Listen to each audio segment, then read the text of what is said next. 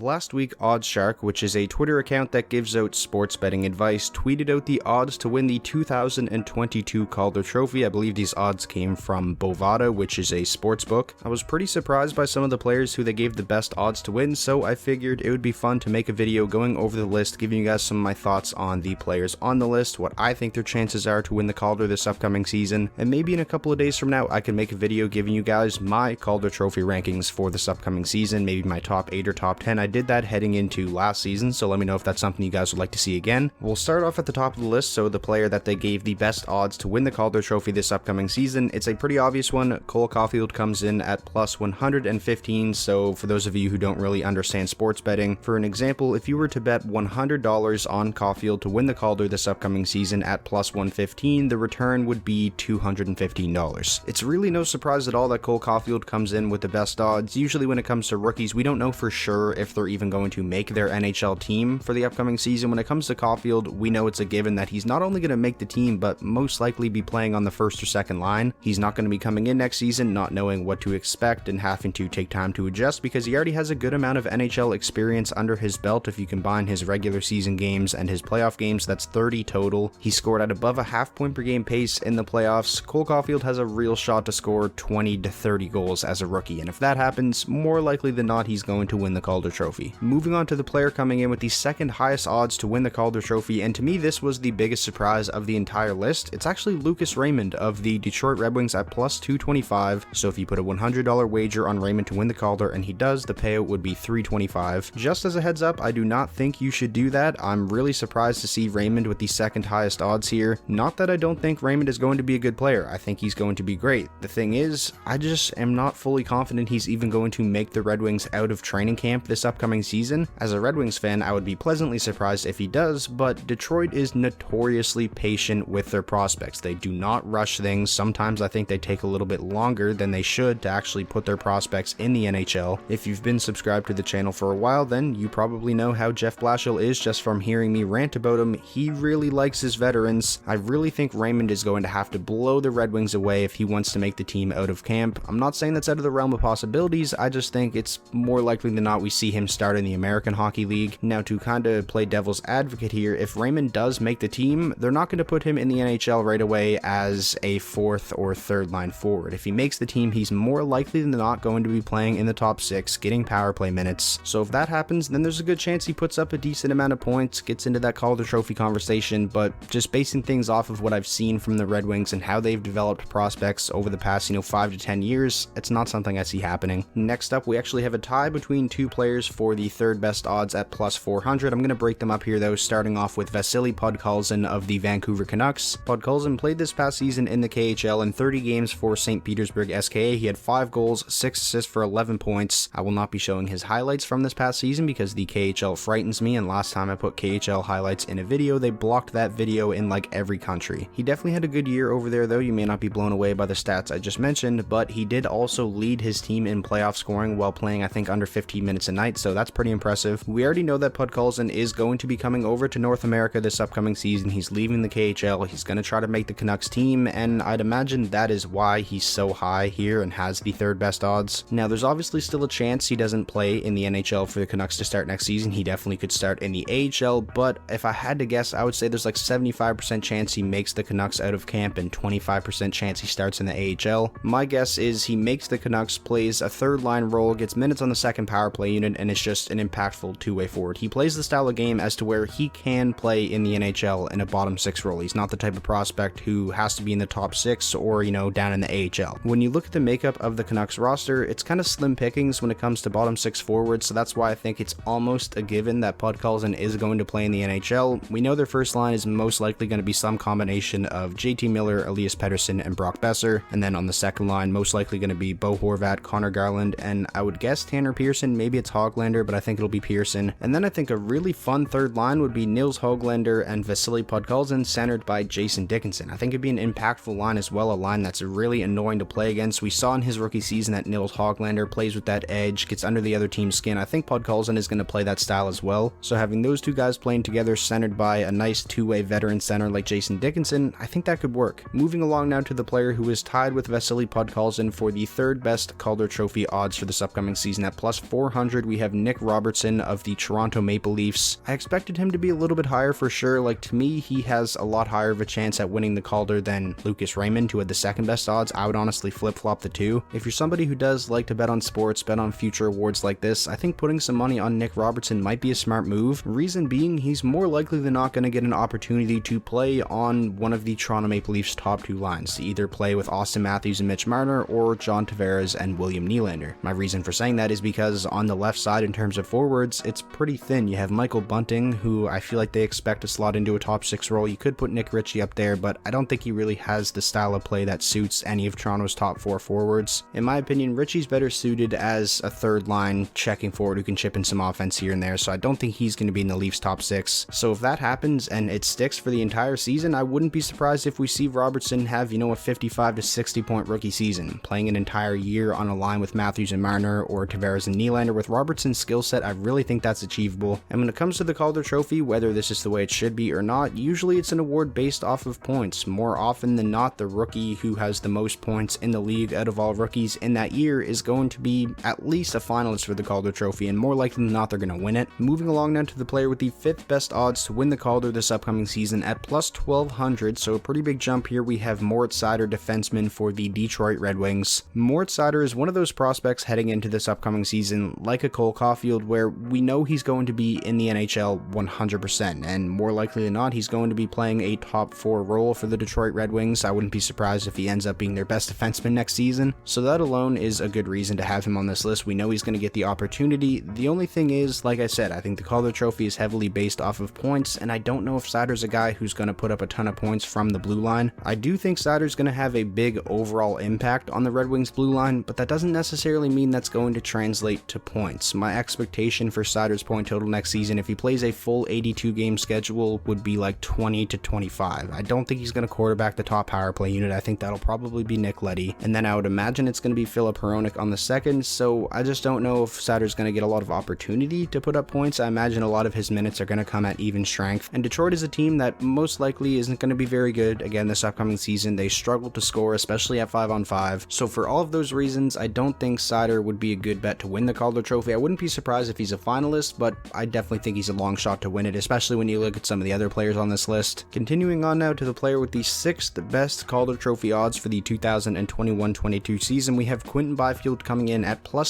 1600. So again, just for reference, put a $100 wager on Byfield at plus 1600, your payout would be 1700. And honestly, I think that, could be something to think about. Quinton Byfield, the second overall pick from the 2020 NHL draft. He did get into some NHL action this past season for the Kings, 6 games, but played the majority of the year in the American Hockey League, where he put up 20 points in 32 games. Physically, this is a guy that's NHL ready. I mean, he's 19 years old, but he's 6'4", 215 pounds. He's not going to get thrown around at the NHL level. Obviously has a world of skill, a ridiculous amount of potential. The only thing is, how long is it going to take him to realize that potential? Can he do it in just his second professional season? He definitely could. I feel like he is probably going to be on the Kings roster to open the season, but when it comes to Byfield, I just don't know how much opportunity there's going to be there for him to play big minutes and put up a ton of points, because when you look at the LA Kings center depth, we know who their first and second line centers are going to be. It's going to be Anze Kopitar and Phillip Danault, who they signed in free agency. So if Byfield makes the team, he's most likely going to be playing in a third line role. I'd imagine he's going to see some power play time as well, though, just because of how talented and skilled he is. I'm just not certain if he's somebody who's ready to have, an explosive offensive season. I feel like that's kind of what has to happen for you to win the Calder Trophy. Again, Byfield definitely has the potential to do so, and that's why he'd definitely be an intriguing bet here at plus 1600. When it comes to the Calder Trophy, I feel like a lot of it just comes down to opportunity. Is the prospect going to get a chance to play with the team's top players, play top power play minutes? I'm just not sure if that's going to happen yet for Quinton Byfield. It's obviously going to happen sooner rather than later, but in his second professional season, I'm not sure, as opposed to somebody like Cole Caulfield, right, who has the best odds to win the Calder Trophy. We know Caulfield's going to be in Montreal's top 6 and playing on the top power play unit. Now, moving on to the player with the 7th best odds to win the Calder this upcoming season, there's actually 2 players tied here, but again, I'm just going to break it up. At plus 2000, we have Trevor Zegras of the Anaheim Ducks. I'm really surprised he's this low. Plus 2000, I might even make a bet on that. I think that's real good value. Trevor Zegras is one of my favorite prospects. Man, I wish he was a Red Wing. He's just electric every time he's on the ice. He's always making something happen. He's always extremely noticeable with the puck on his stick. He puts up points wherever he goes. He obviously lit it up for Boston University in 2019 1920. This past season, he did play 24 games in the NHL with the Ducks, scored over a half point per game pace. He was also 4 points over a point per game at the American Hockey League level this past season. He's going to be a full-time member of the Ducks this upcoming season. I can't imagine he's going to be playing on the team's third or fourth line. This is a guy who I would not be surprised to see put up 60 plus points as a rookie. If he does that, I think he has a real shot to win the Calder. So seeing Zegras at plus 2,000 was definitely extremely surprising. Just referencing Lucas Raymond again, I'm not trying to, crap all over Lucas Raymond. I love Lucas Raymond. I want him to be great, but I feel like Zegras has a better chance to win the Calder than Raymond does, so the difference in their odds is kind of crazy. Now, finishing out the video with the 8th and final player, the player who's tied with Trevor Zegras at plus 2,000, it's actually his teammate defenseman Jamie Drysdale, another player who we saw a glimpse of in the NHL this past season. Offensive defenseman, extremely high hockey IQ, can skate with the best of them, played 24 games with the Ducks this past season, 3 goals, 8 total points in those games, also put up 10 points in 14 American Hockey League games. Like Trevor Zegras, I would imagine Jamie Drysdale's going to be a full-time member of the Ducks this upcoming season, but I feel like at 5-on-5 he is probably going to play sheltered minutes. His defensive game still has a lot of room to grow, but I think there's a good chance we could see him quarterbacking the Ducks' top power play unit. I feel like that's how he would be best utilized as a rookie, sheltered minutes 5-on-5, but a lot of power play time, and if that happens, I mean, he could still put up a decent amount of points. That is, if the Ducks' power play is good. I mean, this past season it was awful, but hey, maybe a full season of Drysdale could help fix that power play. So that is going to do it for today's video. Those were the top 8 prospects with the best odds to win the Calder Trophy for the 2021-22